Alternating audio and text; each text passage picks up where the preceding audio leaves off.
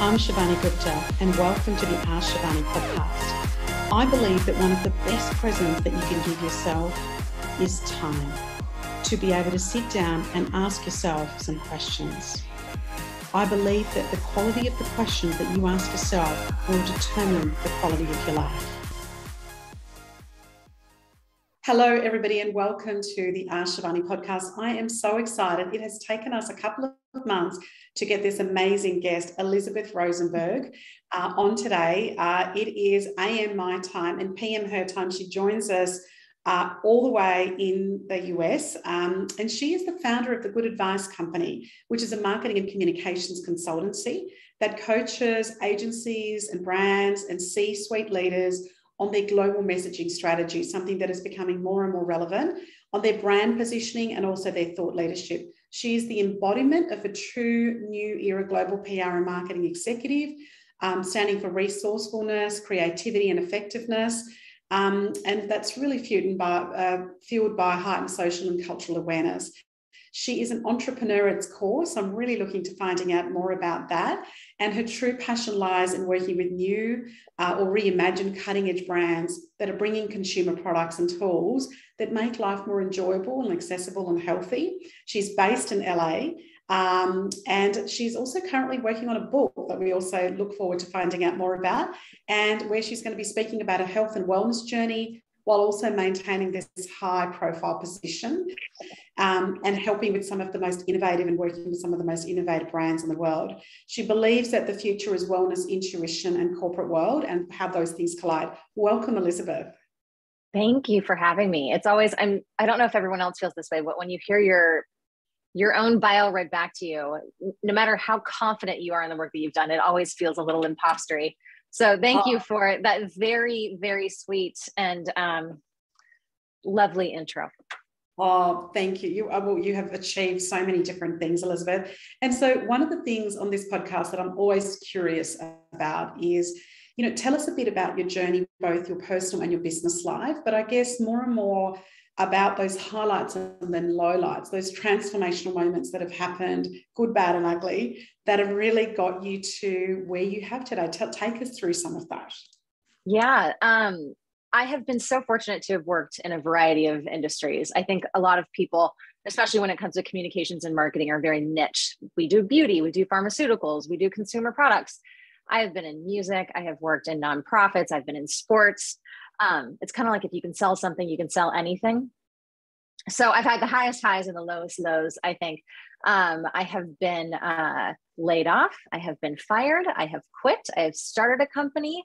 I have left that company. I have started a new company. So I think the beauty is along the way, you learn so much about yourself. You also learn what you love to do and what you don't like to do. And then you kind of pick up the tricks of the trade in terms of where you really shine and what your superpowers are, and where you really need expertise and help from outside. So I've been fortunate enough to have launched Hollywood and Highland, which is where the Academy Awards are held. I launched Shot on iPhone, along with thousands of other people who've worked on that campaign. But I worked with Apple, which was a huge highlight. I've traveled the world.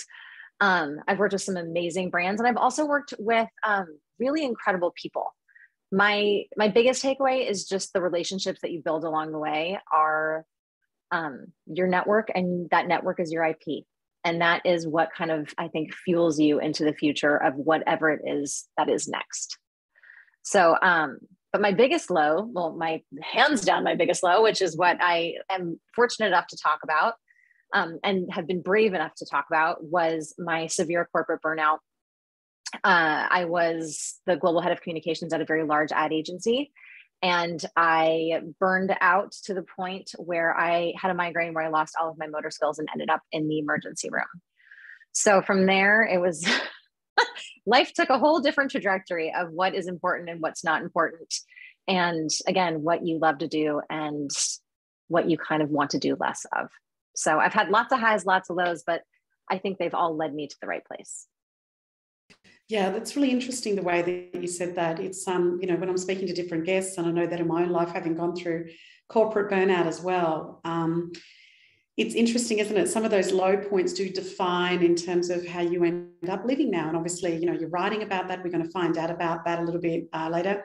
My next question, Elizabeth, and probably leads into it really nicely, that, you've had this challenge of burnout. You've obviously had challenges in startups and leaving and starting and stopping and all the different journey that an entrepreneur has. When you look at when challenges come your way, is there a way that you tackle them? Like, some people have processes, some people have, systems, some people, they just tackle things differently. And sometimes they're small or they're medium or they're large. Like, do you have a way when challenges come your way, which I'm sure happens all the time in your own business, particularly in the industry that you're in as well? How do you go about dealing with them? That's a great question that no one has ever asked me. So thank you for asking that. And I think my answer has probably changed 15 times in the last year. In PR and in marketing, we work very fast. You have to work at the speed of culture.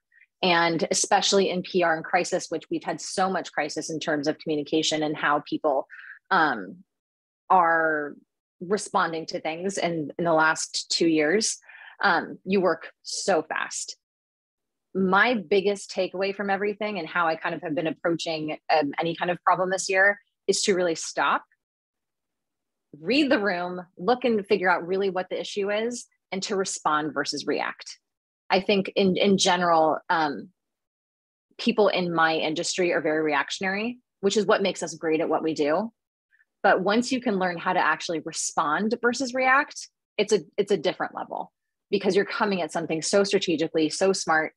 And I'm really trying to take that practice into my personal life as well, with everything that I'm doing. So I have that literally written down on a Post-it on my computer, to respond and not react. It takes practice, a lot of practice. But once you can really figure out how to do it, it makes a huge difference. And then I also work with a coach. And I think I'm very fortunate to have worked with my coach for the last 6 years. And once you find a coach, I always say it's like dating. You really have to make sure that you find the right one for you. But once you find the coach that really gets to know you, but also challenges you and pushes you and helps you see things differently, it really allows you to open up your mind to different possibilities, but also different ways of working through things. Yeah, no, that's and thank you for saying that, because I know you work with a lot of coaches as well, but the fact that you have one and that's somebody that challenges you and not just supports you, I think you just said that beautifully, because I know I've come across people where they say, look, I really need more people that are, supportive of me. And yes, the coach is there to support you and you're obviously paying them to do so, but they're also there to challenge you to really think differently and do that. Now, I know that you're working on a book. I know you've got other aspirations. I know there's other things you want to do. So some people think in 1 year ahead, especially with the pandemic. Some people go, look, I've got clear about how I want to live the next 5 or 10 or 30 years of my life. So whatever time span that you look at, Elizabeth, talk us through some of your future aspirations. And again, some might be personal, some may be in business or in entrepreneurship. What are some of the things that you go, yeah, these are some of the things I really want to do over the next few years? I stopped future forecasting completely. So I do not actually look at where I want to be in a year, where I want to be in 5 years, where I want to be in 10. It's funny because in my own coaching, as people are trying to figure out their own brand strategy, I ask them that question. But the reality is I don't have an answer for that question myself. I'd say 3 years ago, I had very clear answers for those questions, and the pandemic threw everything that I was planning out the window. I had planned to travel the world. I had planned, I had planned to write a book. Even the journey of my book has gone from a book to a blog to a TED Talk. So, or whatever talk that I'm working on right now. And the focus of that is really overcoming spiritual bias in the corporate community. I have loved and this is going to sound very LA, and it kind of makes me giggle when I say that too. But I have loved over the last few years that the pandemic has really driven even the most successful leaders to really hone in on what their purpose is. Are they finding joy in their everyday life? And what is kind of getting them to find that if they have not found it? And also, I think we have all are leaning towards different forms of healing. So I have found after my corporate burnout that I did Eastern medicine, Western medicine, literally everything in between. I did allergy shots twice a week for 3 years. I did past life regressions. I did Reiki. I did therapy. I mean, did everything that you possibly could have. And I have loved seeing so many people really exploring different forms of healing, whatever that might look like for them. Is it acupuncture? Is it Chinese medicine? Is it a traditional therapist? Is it psilocybin? It's like whatever works for you works for you. And I think that that's great. And I think it's a really healthy reminder to remember that what works for me is not necessarily going to work for you. As someone whose company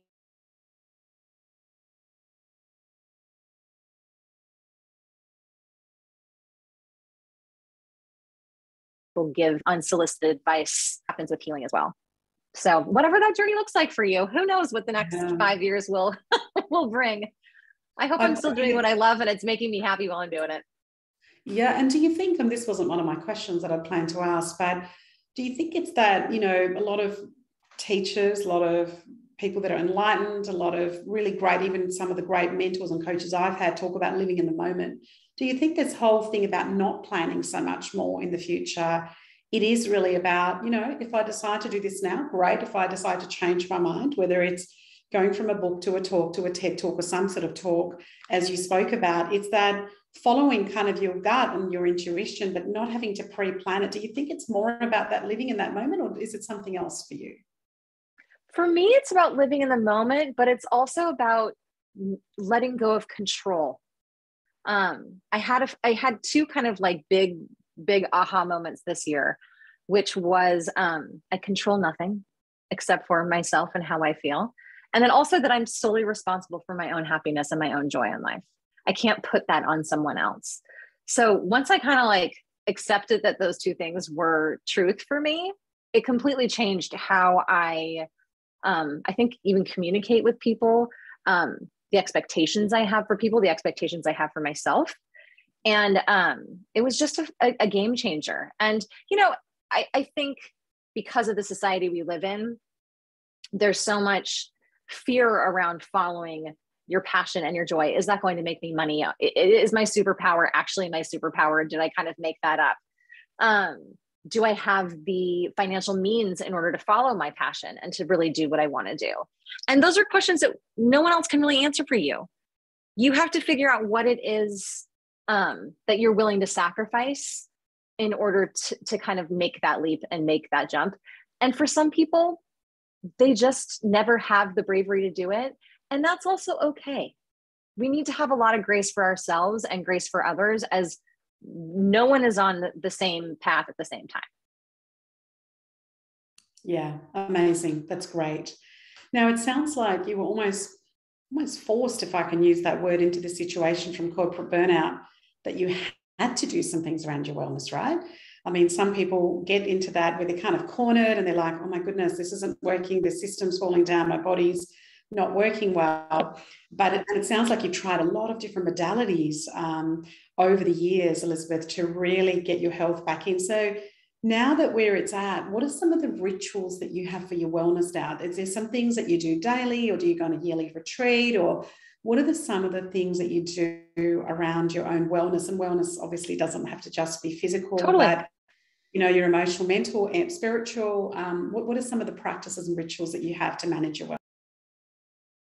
My burnout, and I like to say this all the time, is like, I actually didn't even know that it was happening. I loved my job so much. And people think that you can only burn out if you hate your job. Like, I actually really loved my job. I loved where I was. I loved what I was doing. I loved the people I was surrounded by. And I had migraines since I was 4 and still suffer from them today. So this was just a next level situation that like I never wanted to experience again, because it was truly frightening.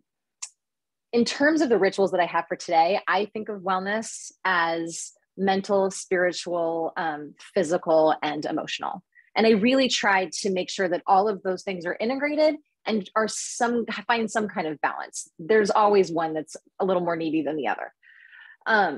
During the pandemic, I stress walked a lot. I mean, I got to know my neighborhood in a way that I had never known my neighborhood before. In Los Angeles, we drive everywhere. I walk all the time everywhere now. In terms of my mental health, I journal a lot. I don't recommend meditation for everyone because I don't think it's a solve for everybody. But I do meditate in very short spurts, in 5-minute spurts versus hour-long spurts. I work out with a trainer. I really eat healthy. And I also get my blood work done once a year and make sure that I'm actually like, that I'm living this health that I need to be living.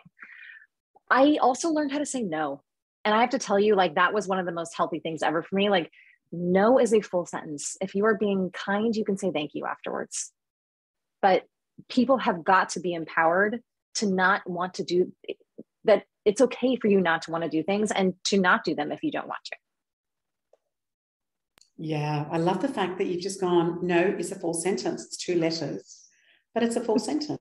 And you don't actually have to have an explanation behind it. And I know that I have struggled with that. And I know that a lot of the women I've mentored over the years, and men too, but predominantly women, have also suffered from that no. And so was it some work that you did around with your coach, or, through your journaling or other practices, that you went, yeah, I have to say no to these sort of things and, say more yes to these sort of things?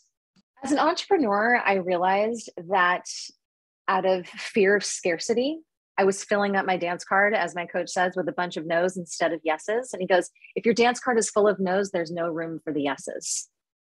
And I was like, that's very Bridgerton of you, Greg. Thank you for bringing that into pop culture. But it was so true, because I was saying yes to people that innately I felt like were not the best match for me, but that I knew would keep me financially secure through the pandemic. What I realized is once I started saying no, the yeses were lining up at a much higher rate. It is always hilarious. And I think most entrepreneurs know this. The $5,000 clients, $500 clients are the ones that want all of your time and all of your energy, and your deliverables are never on time, and everything is just a nightmare with them, and nothing is ever right. Your $50,000 clients love everything you do, say thank you, and pay on time. And it continues to blow my mind on a regular basis that we all just can't get on board with that, because that is an undeniable truth. It is so true, isn't it? I remember the first time I increased my rates and my work for mentoring, but also speaking, I was so scared that nobody would book me.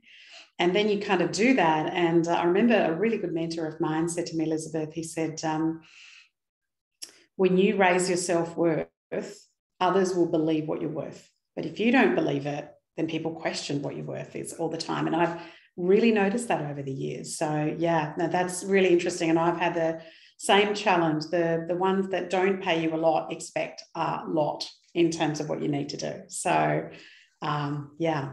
And in terms of fee, this was another thing that I really loved that my coach said. He said, if everyone is saying yes, your prices are too low.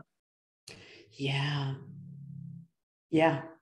You're like, and the light bulb goes off. You're like, oh, duh. But yes, that makes so much sense. Why didn't I think of that before? It's crazy. Yeah, no, I love that. That's fantastic.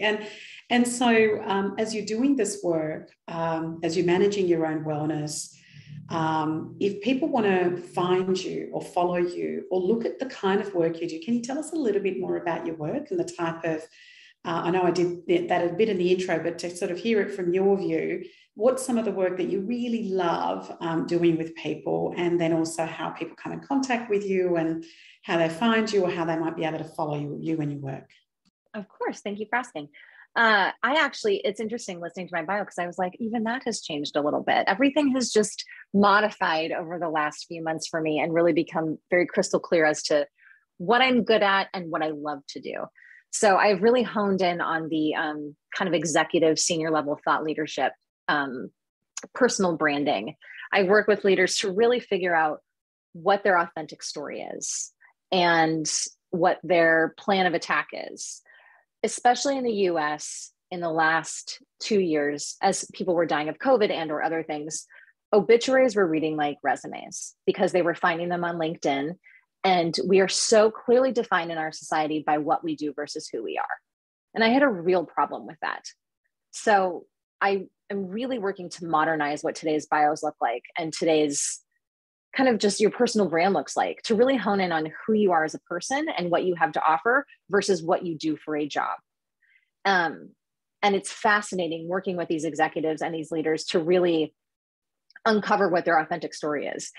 If somebody had said to me 5 years ago, we're going to have a huge pandemic, and then after that, you're going to be a spokesperson for corporate burnout, I would have told everyone they were crazy. Because even the morning that I put out that story, I threw up, I was almost in tears, and I was like, oh my God, what am I doing? I cannot believe that I put this story out on the internet for all of the world to read. And sharing something as vulnerable as that, and thinking that people would think that I was weak and that that I wasn't able to perform and do my job properly, was terrifying. But I also knew that it was unbelievably relatable and that other people needed to see my story in order for them to not feel so alone. And I put it out almost a year ago. And even today, I'm still getting emails every week from people just saying, like, I showed this to my boss. Thank you for telling your story, because now I have somebody else that can back up how I'm feeling on a regular basis. So my biggest advice to everyone out there is, if you have a story to tell that will help others not feel so alone, I really encourage you to share it, because even if it helps one person, it's worth sharing in general. So what I do is I just help people tell that story in the most beautiful, eloquent, safe space possible. And the stories that have come out of it have just been, for me, have been so rewarding, that being able to do this work has been a joy. It's totally changed my life. Amazing. I love that. And what about you, Elizabeth? If we want to follow your work, look at some of the stories that you're helping people with, the branding, tell us about how to contact you, whether it's websites or LinkedIn, tell us a little bit about that. The best way to reach me is on LinkedIn. I feel like that's where I'm my most authentic self. So you can just go ahead and follow me. It's Elizabeth Rosenberg. Again, I'm the founder of The Good Advice Company, and my website is thegoodadvicecompany.com. Trying to keep it real easy. That's awesome. I love that. Have had I've taken half a page of notes here while I've been speaking to you. So thank you. Thank you for your authenticity. Thank you for the work that you do. And thank you for, joining me all the way from LA to be able to share some of the wisdom that you've acquired. Thank you. Thank you.